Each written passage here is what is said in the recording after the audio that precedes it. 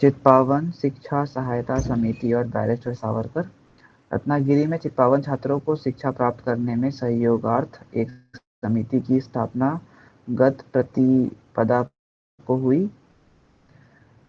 वास्तव में देखा जाए तो इसी जिले में देवरुख संघ, करहाड़े संघ, मराठा समाज आदि जातियों के अनेक संघ हैं।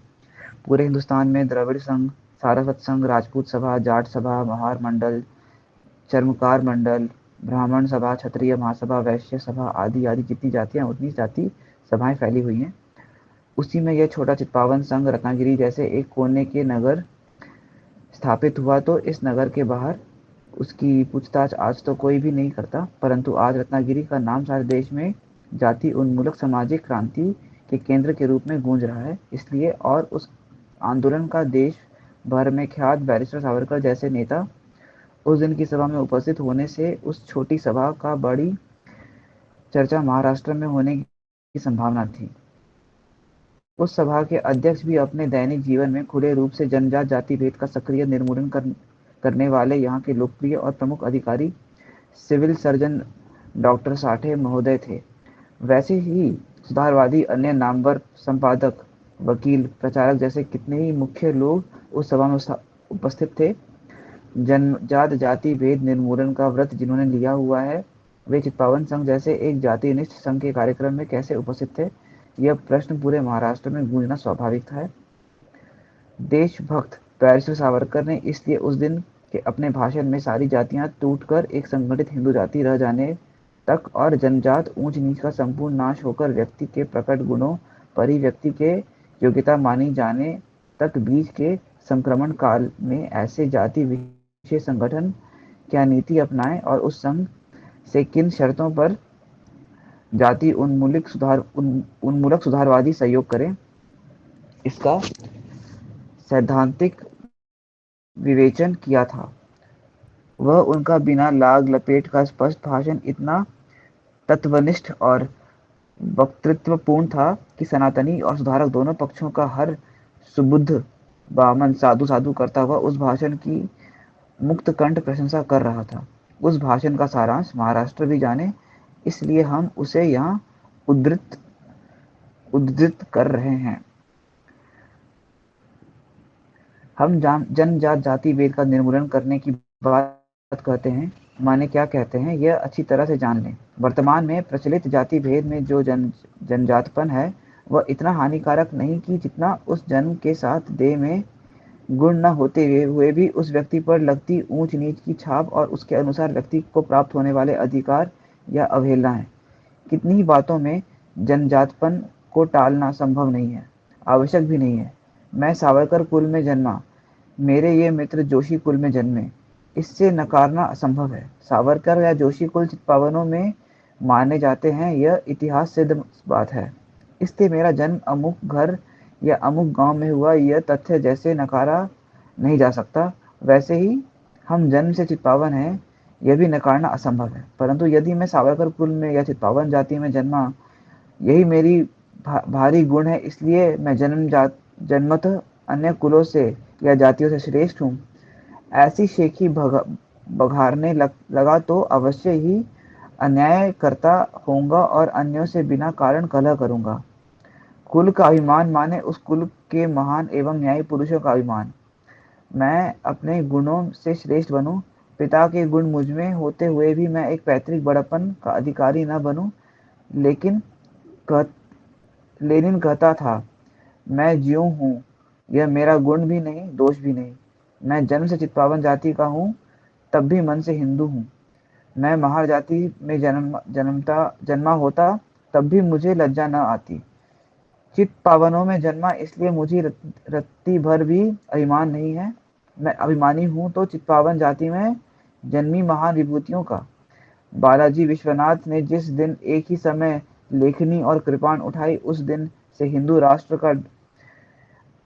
हिंदू राष्ट्र की दिग्विजयी दुदुम्बी असिंधु सिंधु निनादते ले जाने वाले वे बाजीराव प्रथम, नाना साहेब, भाऊ विश्वासराव, माधवराव फडणवीस, पेठे, पटवर्धन, महेंद्रे गोखले, वे 57 के नाना साहेब, वे बुद्धिसागर न्यायमूर्ति रांडे, चिपलूणकर, आगरकर, वासुदेव, बलवंत, गोखले, तिलक और जिनके नाम अनुलेख के कारण विशेष लिखित होंगे, ऐसे अन्य शतशः हुतात्मा धुरंधर पुरुष अपनी इस चित्पावन जाति में उत्पन्न होकर राजनीतिक क्रांति में या सामाजिक क्रांति में हिंदुस्तान का इतिहास बदलते हुए आज 200 वर्षों से राष्ट्र को दिशा देते आए, उनके केवल नाम स्मरण से ही मेरे रक्त में ईमान की तरंगों पर तरंगे उठने लगती हैं। परंतु वे महान पुरुष चित्पावन जाति में जन्मे इसलिए महान नहीं हुए, वे हिंदू राष्ट्र गौरव के मुकुटमणि के रूप में ही शोभित हो ऐसे गुणों के कारण महान थे।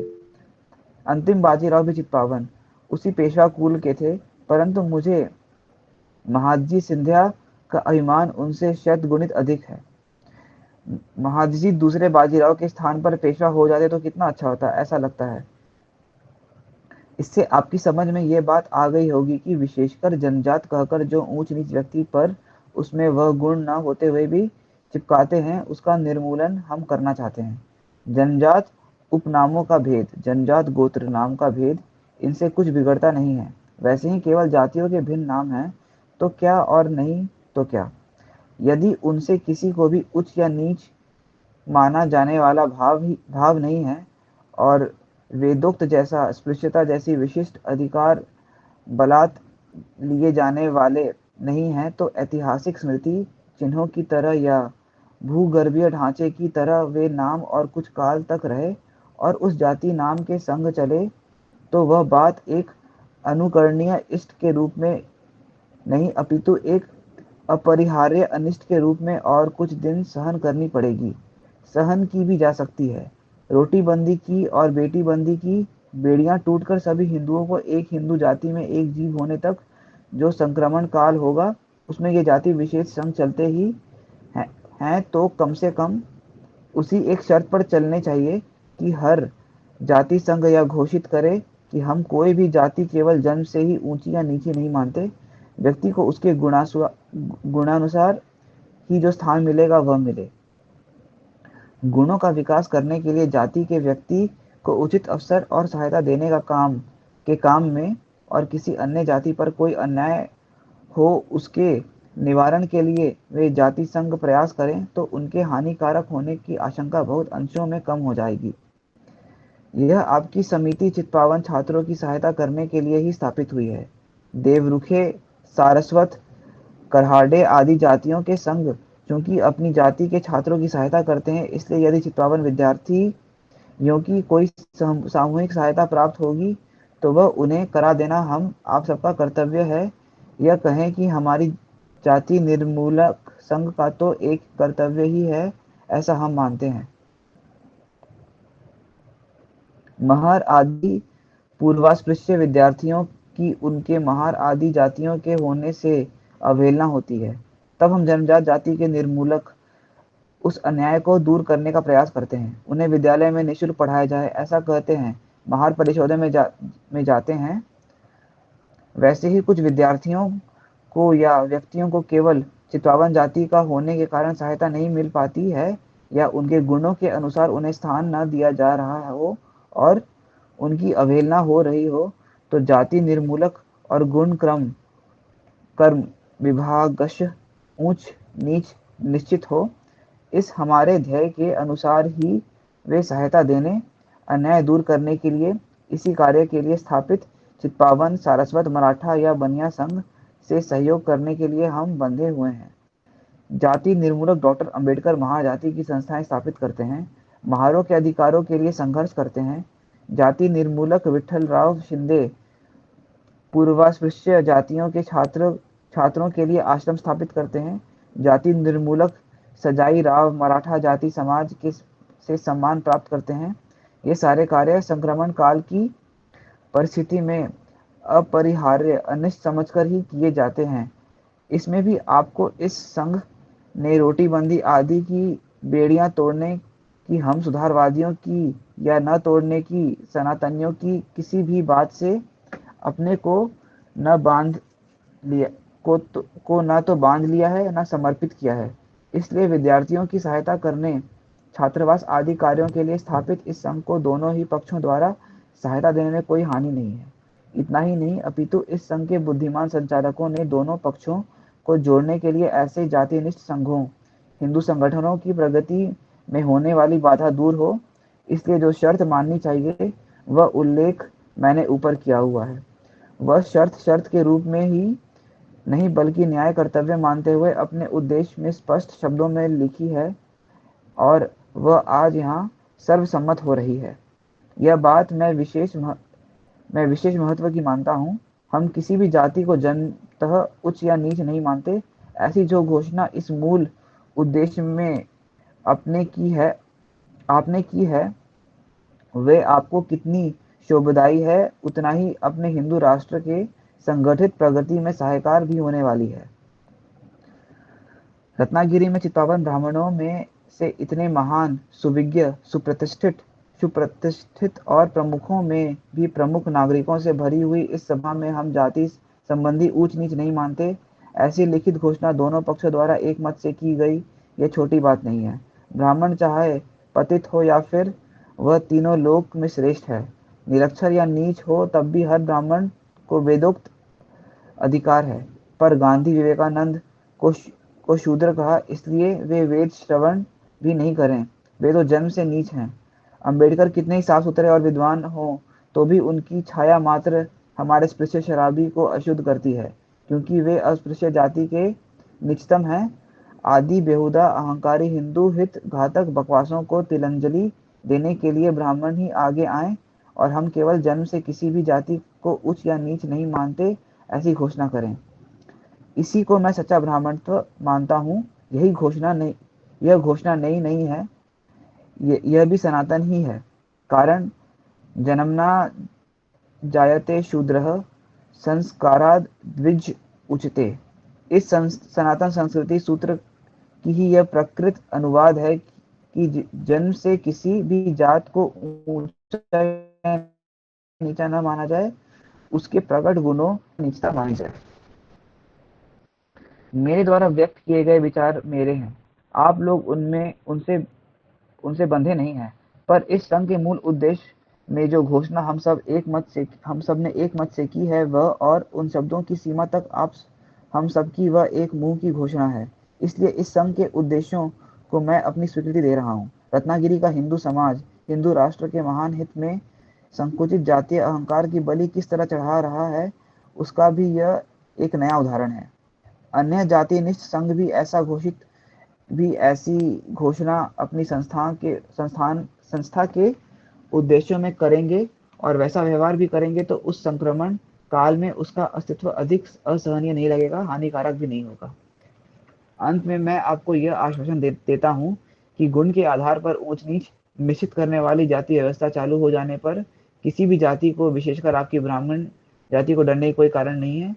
ए ब्राह्मण, आपने आज तक जिस बुद्धि बल से श्रेष्ठ प्राप्त किया है, ऐसा कहते हैं, वह बुद्धि और पराक्रम आप में भी है या नहीं? यदि आप में बुद्धि और पराक्रम है, तो फिर गुण आधार पर श्रेष्ठता मिलने वाली व्यवस्था में आप अधिक सहजता से श्रेष्ठ बन जा सकेंगे। कोई एक पहला बाजीराव अपने गुणों से इस व्यवस्था में भी पेशवा ही नहीं, छत्रपति भी हो जाएगा, क्योंकि गुणों में वह अपनी पीढ़ी में छत्रपति होने के ही योग्य था। परंतु यदि आप अंतर्निहित व बुद्धि और पराक्रम बुझ गया हो, तो दूसरे अधिक क्षमतावान वर्ग के हाथों में इसे अपने हिंदू राष्ट्र का और हिंदू धर्म का भविष्य सौंपकर अपनी उस भूतपूर्व श्रेष्ठता को राष्ट्रहित में होम कर दें और दधीची की तरह ब्राह्मण जाति अपने अस्तित्व का देव कार्य में बलिदान करे। यही सच्चे ब्राह्मण को शोभा देने वाला आपका अंतिम कर्तव्य नहीं है क्या? केवल गुण आधारित उच्चता निश्चित करने या संपादित करने से वही डरेगा जिससे अपने में वे उच्च गुण नहीं दिखते हैं।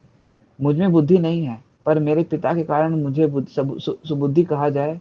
मैं डरपोक हूँ, पर मुझे मेरे पिता की धौंस में बहादुर कहें। ऐसा कहने की दीन स्थिति की अपेक्षा जो सच्चा ब्राह्मण होगा, वह किसी देव कार्य के लिए संघर्ष करते मर जाएगा।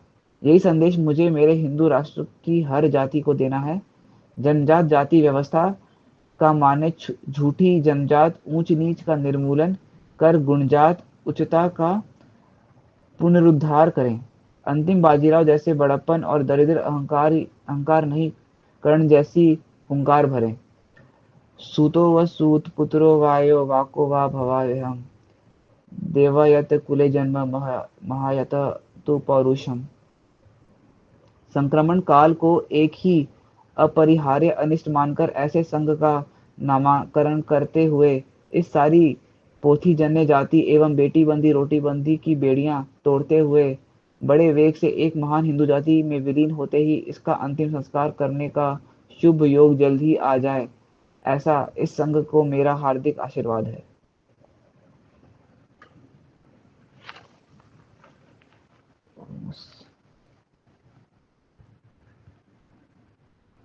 ये कितना बड़ा है। ये भी पढ़ सकते हैं थोड़ा, जैसा आप बोले, मतलब एक दो